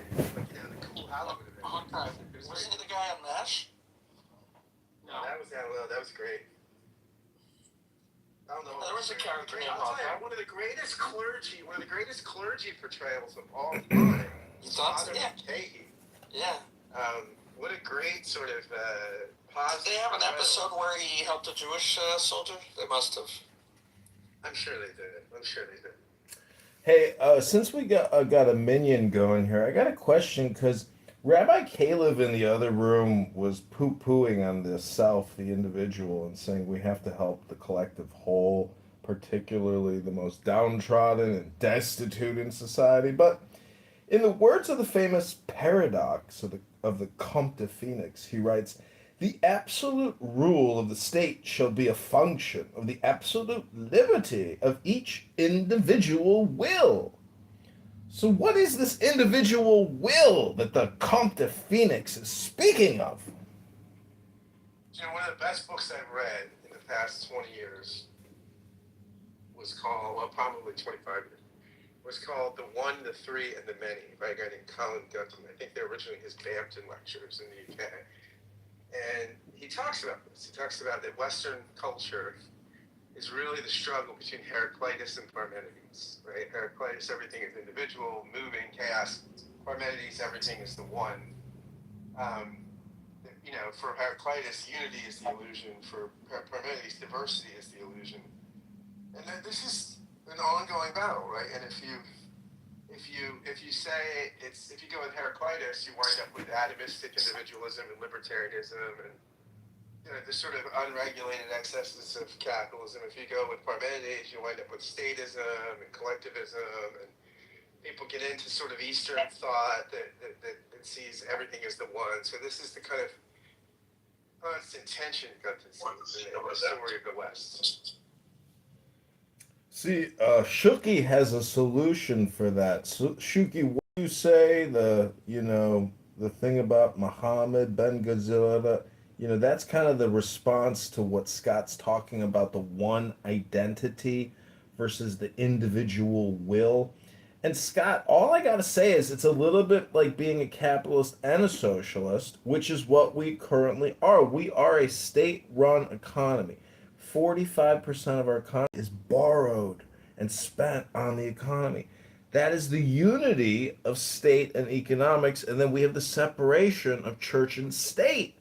But I suggest we separate state and economics because Medicare, Medicaid is not a human right. Mega health groups and healthcare executives that make 1.2 million a year and the group makes 100 million in revenue for all these community health groups throughout the whole country. It's the biggest tax. It's such a ripoff. I don't like the doctors. Ayn Rand has a chapter dedicated to doctors. The country is not with you on this. The country Yeah, too late. 40, I don't know where you get this. The math doesn't. His math isn't mathing. 45%. 65% of the country. This is wild. I'm not saying they're right or wrong. I'm just saying 65% of the country is for Medicare for all. 65%. Now, you can't get 65% of the people to say sex is good or puppies are cute, but 65% of the culture, of the American populace, says if we can have health insurance tomorrow, we want Medicare for all. Now, I'm willing to say puppies are good and sex is good. No, sex is cute and puppies puppies are good. I'm willing to say puppy sex is, good because it gives us more puppies. No, I think The only thing you could get more than 65% of people on Medicare is an anti-Semitism. I think it's puppyphilia. I think what you call puppyphilia. Yeah, probably. So that's interesting to me why no one runs on this, right? I mean, no one. It seems like even if Well, that guy running for Senate, the Muslim guy running for Senate in Michigan is. Oh yeah, he's a handsome guy. And he can't define it. He can't define it. When someone says, "What is Medicaid for all?" Medicare for all. Medicare. Yeah, sorry, Medicare. Yeah, not Medicaid. That sucks, right? Yeah, Medicare. No, I always Medicaid get does not suck. Medicaid does not suck. No, I know. To get them. No, whatever. I always get the two confused, and I always have to think before they really need a word that's so different that it's not easily confused. Or care. Exactly. Indigicare.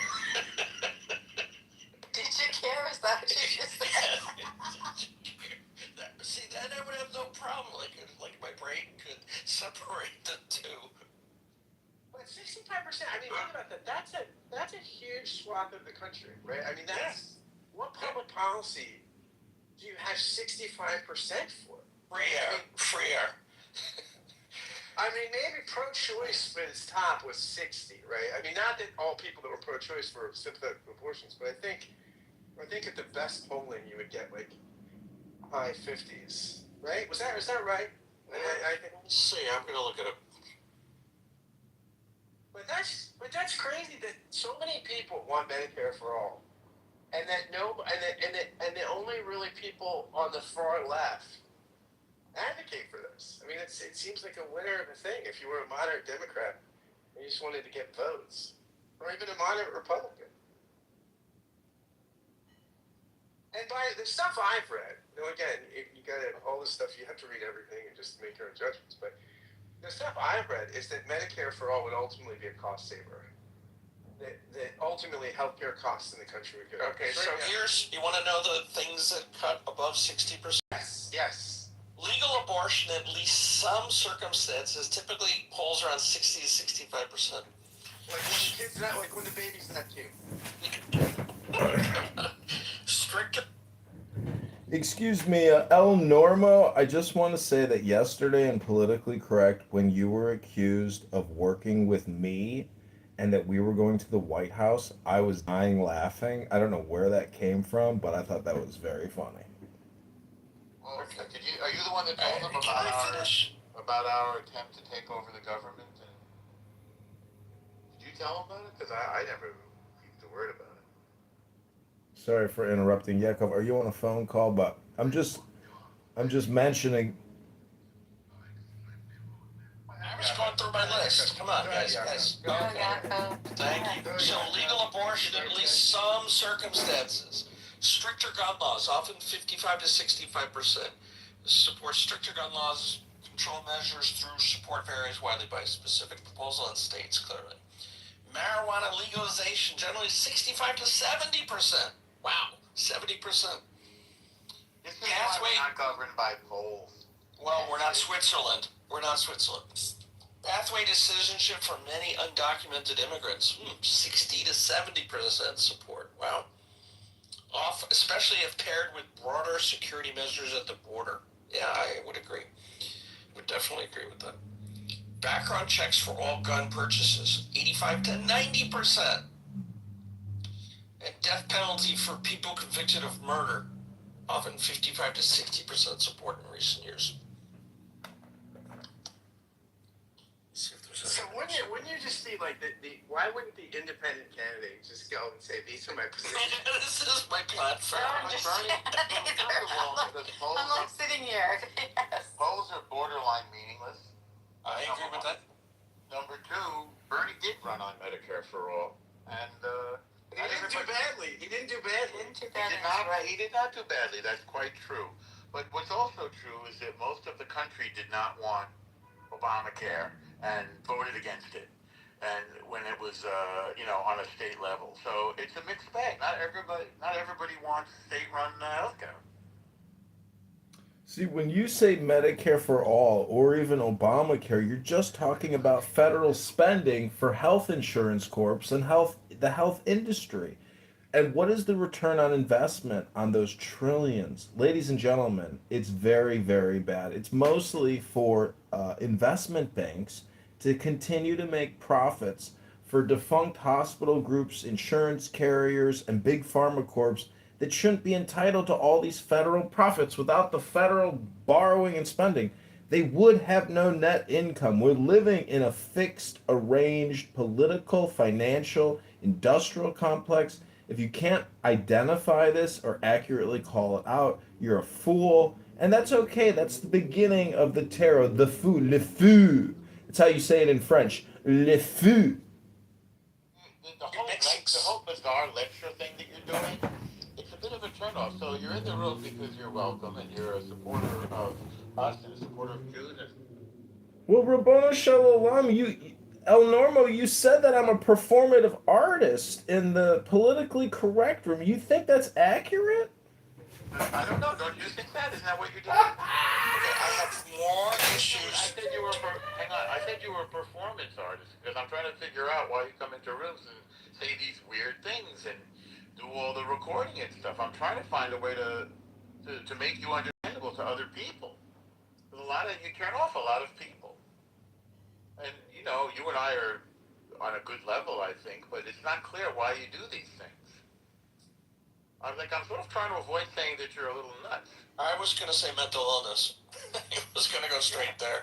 Yeah, I'm trying to avoid. So, what do you want to respond, John, to what I'm saying?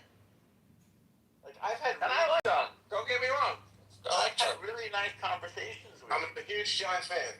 But sometimes you come into a room and you say the weirdest things and nobody knows what to do with them. It's word salad. It's not exactly word salad. It's throwing around concepts that aren't connected. Yeah, bizarre philosophy that makes sense to him. Now, when Kamala would speak, she would just put words together and they didn't. Well, Rabbono Shalom, this is a room. It's called Manic Monday. If you don't like my manic speech, I apologize. I love you all. I pray for your personal peace and your light to enhance. Maybe you could read some Kabbalah, maybe a little poem to enlighten us all, give us a little more light in our lives. We just come in and say Rabbono Shalom and say all communication is hypnosis. You've come a long way since then. I don't know why they thought that you and I were going to take over the government. Well, they literally said that in Politically Correct last night. He and I were plotting to take over the government. Yeah, well, the FBI's now opened a case on you, so be careful. So, Scott, I have more issues for the independent campaign platform. But that's not interesting. Listing statistics is not conversation. No, these are things that poll above 65%. They're right. It's not conversation to just make a list of statistics. Yeah, but we had a good conversation with the last thing, so, I disagree. It doesn't... No, I don't think that was a good conversation. You're just reading out statistics. And then Scott and I were talking about it, and other people were talking about it, so, Okay, the thing that was interesting is healthcare for all. That was the point. Now we're having a conversation. And it doesn't really have to do with the polling. It has to do with the principle. And by the way, but it has to do with support. You can't. The principle could be great, but if 2% of the people like it, it's not going to go anywhere. It doesn't go anywhere. It's never going to happen. It has nothing to do with the polling. Chris, maybe he's got to be at 40. Who are you saying, Scott? He's got to be. Who are you talking about? I'm sorry. What were we saying there? You said Chris who has to be. Yeah, what are you talking about, Scott? Are you Maybe you're talking to. Wanting to find out what that means. Are you having a conversation in real life? No, one of my roommates was saying, somebody, he had shorts that he was going to give away, and I'm too stoned for them. Okay. I thought you were having a seizure or a stroke. I was afraid you were having a stroke. Grace, my 32s are baggy on me. Thanks so much. Thank you for that information. That's really helpful. Over the years, I've been with a lot of you. Thank you for the more information. Been with us. Oh, okay. I've lost a lot of weight over the years. Randy, didn't see you there. How you doing, Randy? High protein diet, by the way. That's key. Low carbs. Low carbs and lots of protein. Get lots of protein. This is, although, you know, there's a debate about how much. If I think that's a going on. it's a little excessive. People are saying if you're working out, a lot of the fitness enthusiasts are saying a gram for every pound. Protein. I mean, that would for me, that would be in the high 180s. Out a little bit. I mean, you're talking that would be like, you know, a chicken breast is like this is about the perfect 20 grams. This isn't That's about like a reasonable 9 chicken This is breasts. about the It's best crazy. candidate that the Democrats But, have. you know, And I think that the best candidate they have is Gavin Newsom. I agree because based just on the aesthetic, he's got the best hair, the best suit, the best jawline. Somehow he left California in ashes, and I've been watching this suit. Somehow he's relatively a bar might have 30. This is what you want to do. You want to look at the protein source. Sardines might have 30. This is what you want to do. You want to take cheese. I'd rather Greek yogurt. look at the protein bar. Look at the cheese. Times it by 10. Like, let's say it's got 20 grams. Times it by 10, and then see if the protein is more times 10 is more than the calories. Right. If the protein is more than the calories, it's a good protein source. If not, it's just a candy bar with like there are these Gator. Scott, the real question is not how much cum you drink, but how do you cook your New York strip? Do you use butter? Do you use garlic? Do you use salt and pepper seasonings? How do you cook your steak? Garlic my eyebrows went up on that one. Garlic bad for you? Minced garlic is great for your gut health. Next time you cook a delicious New York strip, be sure to put some minced garlic on the top of your New York strip before you eat it with A1 sauce and put it in your mouth. My mouth is just dripping with drool thinking about my next New York strip. Shuki, what do you have to say? Shuki, say your piece, please. You know, there is 3 chapters in this book. And I think that you are the third one. So Well, Silvio Berlusconi said that after 20 years of thinking about gay,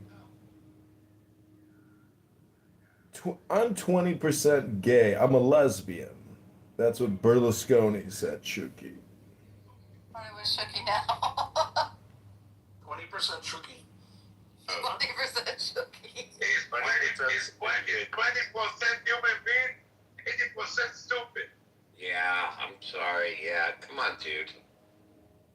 Sorry, Randy. It's some new material I'm working on. It's like vaudeville. Look, we've almost got a minion. Oh, we need 2 more. No.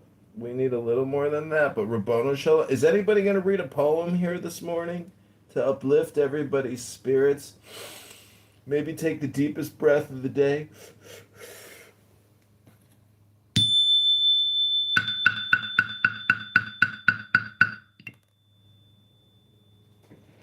Was that you cleaning out your bong? No, but I got a new outfit on. I got a clown suit on. I'm gonna put a link in the chat. Just for Kitover. No, don't censor him. Please don't censor him, Scott. This is by the great William Carlos Williams. Yeah, these are the plugs. So much depends upon a red wheelbarrow glazed with rainwater beside the white chickens. There you go, everybody. A flexible flyer kind of thing. There you go. That's the great William Carlos. That poem is a fuck you to T.S. Eliot and James Joyce and the paleomodernists. It's saying that, you know, you shouldn't need to know all this Western history and have to know it all to read The Wasteland. But I can write a great poem if it's just looking at rain and wheelbarrow. Fuck you, T.S. Eliot. There it is. Well, Scott, that's a wonderful thing. It's beautiful. And it is interesting, Randy, that it wasn't the poem that most people think of when they think of their favorite William Carlos Williams poem. And I want to share with you a story about somebody that I was friends with, well, vaguely friends with. Actually, he wasn't a very popular or nice guy, but I knew him. Somebody I knew in college, whose name was Franz Wright. I don't know if you guys get the New Yorker. If any of you do, does anybody even read anything on paper anymore? I'm still trying. I still get I listen to AM radio and I read paper. right. So, but you don't subscribe to the New Yorker. The name dropping. No, I will not give money to the New York Times. All right. No, I said the New Yorker. Oh, the New Yorker's great, yeah. Okay. Do you subscribe to it? No, I read the poem. It's not a poem. So there was a guy that I knew in college named Prosper, whose father was a great poet. And, like a lot of pretentious college students, this guy said he was a poet. Well, he actually was a poet. He was actually a really good poet. He won the Pulitzer Prize a couple years ago for a book of poetry called Walking to Martha's Vineyard. And he was an absolute nutcase. He was completely out of his mind. He had really severe mental illness. He was also a magnificent poet. And there's an article about him. He died a while ago. He kind of smoked himself to death. One of those people that smokes constantly, gets lung cancer and dies and whatever it is. Raymond Carver. I don't know if you guys are, if you like literature and poetry. Yeah, we know Raymond Carver. Keep going. I don't know if we do. Let's do the board. Let's do the one. Oh, finish one. The point. Ron's right.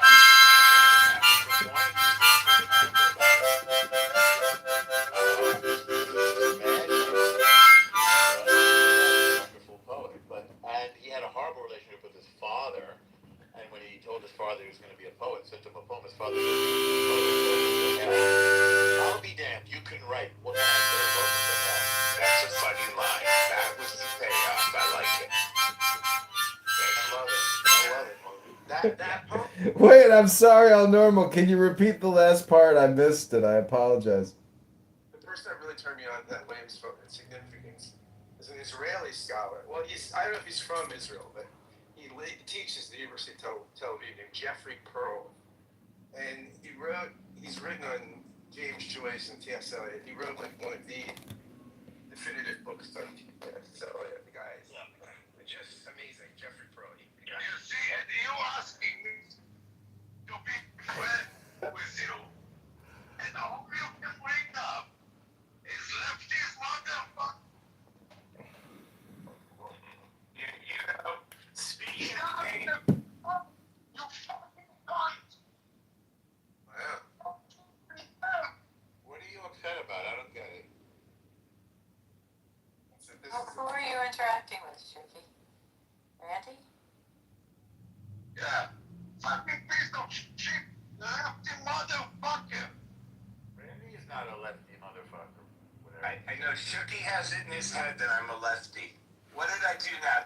What is my problem today, Shuki? The University of Tel Aviv. Well, okay. I mean,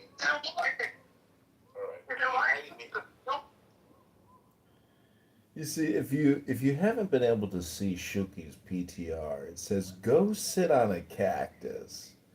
So if you haven't sat on a cactus yet today, just listen to the words and the language coming out of Shuki's mouth if you haven't sat on a cactus yet today, because this will be your moment to where your brain and your central nervous system will sit on a cactus and you'll say, what's going on with my body right now? I'm hurting all over. It's because I'm sitting on a cactus. Ouch. Hello? Okay, bro. On a whole other topic. You mentioned the New Yorker. Yeah. You mentioned... Which is run by a Jewish guy, David Remnick, and is pretty ambivalent about Israel. I hate. Can we get Bow Wow up on the stage? We've almost got the minion. The minion is forming. You're getting repetitive, okay? You're getting repetitive. You have OCD and you're getting Bow Wow! Bow Wow! Bring up the patrilineal, please. I need more representation. Doing that. Nobody's doing that. You know this. Yeah. John, I think it's time for just to maybe start your own room. Well, before I get kicked, just go ahead and look at my PTR. I got a clown outfit on. I'm live on YouTube, and I'm in the audience in anonymous. This is a progressive liberal production. Produced by John Kitover. Executive co-producer Randy El Normo. Yakov and Scott and Grace. And Grace, if you could just give us a little prayer under your wings. No, I think someplace in my memory banks I noticed something. I don't know if I thought of you. I'll share it with you. I'll find it. It's one of the best songs. It was a guy who went to college with JFK Jr. and it had a lot of little vignettes about him. You know, because it was. I was surprised to see him mentioned because he's been dead so long. Well, they had the TV series on Hulu, whatever it was. You know, John and Caroline Love Story. Love Story. Yeah, Love Story. Right, and brought back a lot of memories and his, and of course, you know, Schlossberg ran for Congress. So the name has been back out there a little, but yeah, no, it was really, you know, JFK Jr. really wanted to be an actor. You know, he loved theater, he loved acting in plays all through college, and he hung out with the jocks. But everybody had huge expectations of him. His own mother wanted him to get to politics, made him go to law school, and made him go work at the theater's office. But, you know, he would have been happy being in. And then, you know, they just talk about the whole thing leading up to his death, and you know, it's a great article. Stayed away from that series because it doesn't seem so creepy. It's a horrible tragedy. I tried to watch it, it was bad. It was still with it. That show was good. Some shows are definitely for men, and some are definitely for women, and that show was for women. And by the way, women liked it. All the women I know watched it, loved it. But to give you an idea of how people do JFK was,